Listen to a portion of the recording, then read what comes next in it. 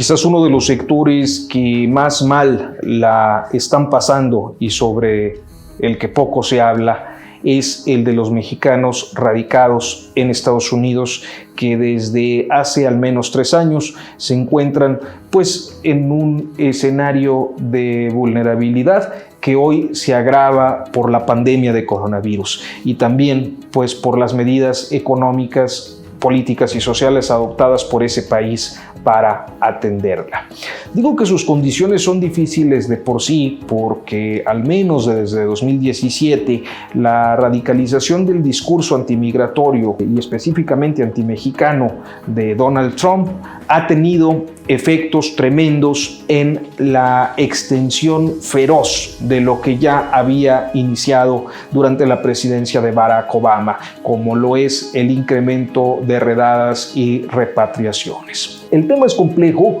porque el gobierno de Peña Nieto, muy a pesar de tener ciertas expresiones de condena, no tuvo los arrestos suficientes para fijar posiciones diplomáticas que protegieran a los mexicanos y que en el caso del gobierno de López Obrador se ha mantenido un tono no solo de eso, sino de conciliación, acogiéndose a los designios de Washington para frenar la migración y recibir aquí a las repatriaciones, inclusive centroamericanas, sin chistar. Así que por más supuesta asistencia consular que asegura existe Marcelo Ebrard, el canciller mexicano, lo cierto es que estamos plegados a la política de los Estados Unidos. Eso que de por sí era tremendo, estaba mal, pues ahora se agrava con la pandemia y creo que un primer factor tiene que ver con el colapso económico que ha dejado en la calle a cientos de miles de personas, muchas dedicadas a actividades carentes de registros de seguridad social y por lo tanto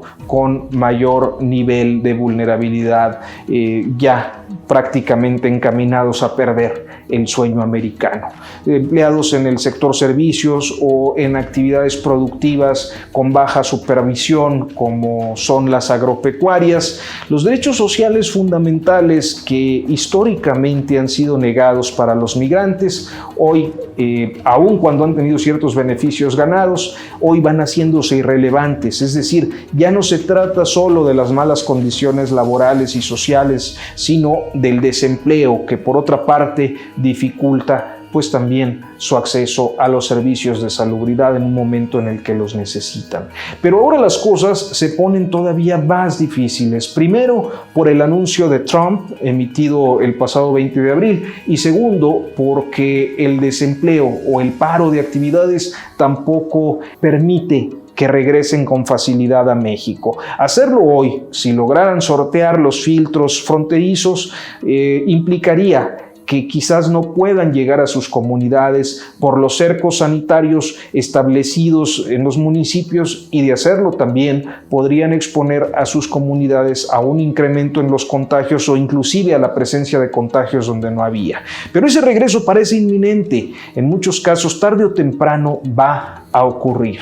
La realidad de la crisis que se agrava en todo el mundo se nos presenta en la migración, como una de sus múltiples formas. A partir de la repatriación o el regreso voluntario como uno de los efectos de mediano plazo de lo que hoy ocurre, estamos pues frente al escenario de un proceso de cambio. La realidad es que en las condiciones de nacionalidad y de origen racial vamos a empezar a ver recrudecimientos de conductas discriminatorias. Ya se han observado en las clases obreras trabajadoras, la clase obrera gringa, que es terriblemente racista frente a la competencia por las plazas laborales y está ocurriendo en otras partes del mundo. Ese registro de compatriotas obliga pues a tomar previsiones en México en dos sentidos. El primero es por la disminución de remesas, que si bien solo representan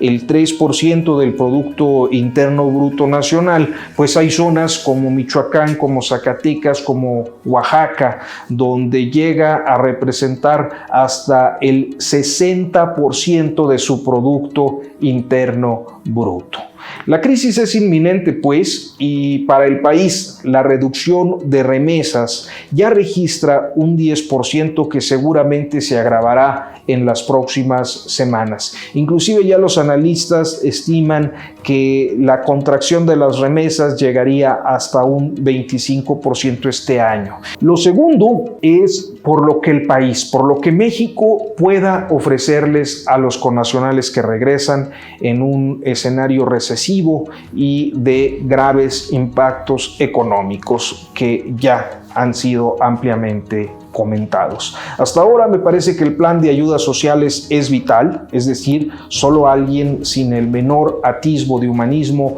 podría oponerse a las medidas implementadas por el actual gobierno en cuanto a repartir recursos para la gente que menos tiene. Pero la realidad es que estas políticas del bienestar son insuficientes. No sé, yo no he encontrado una estimación realista de cuántos mexicanos regresarán de Estados Unidos, pero sí es algo que se puede prever. Es indispensable que el gobierno federal, que los gobiernos de los estados, que los gobiernos de los municipios vayan avanzando en planes y programas para la recepción, para la recuperación de las economías locales y para plantear planes emergentes de economía muy básica, pero que permita, ya no digamos las mejores condiciones, porque esas no las vamos a tener, pero sí al menos la supervivencia de amplios sectores de la población. Desafortunadamente, hasta hoy no se ha visto un plan especial para el regreso de los mexicanos de Estados Unidos.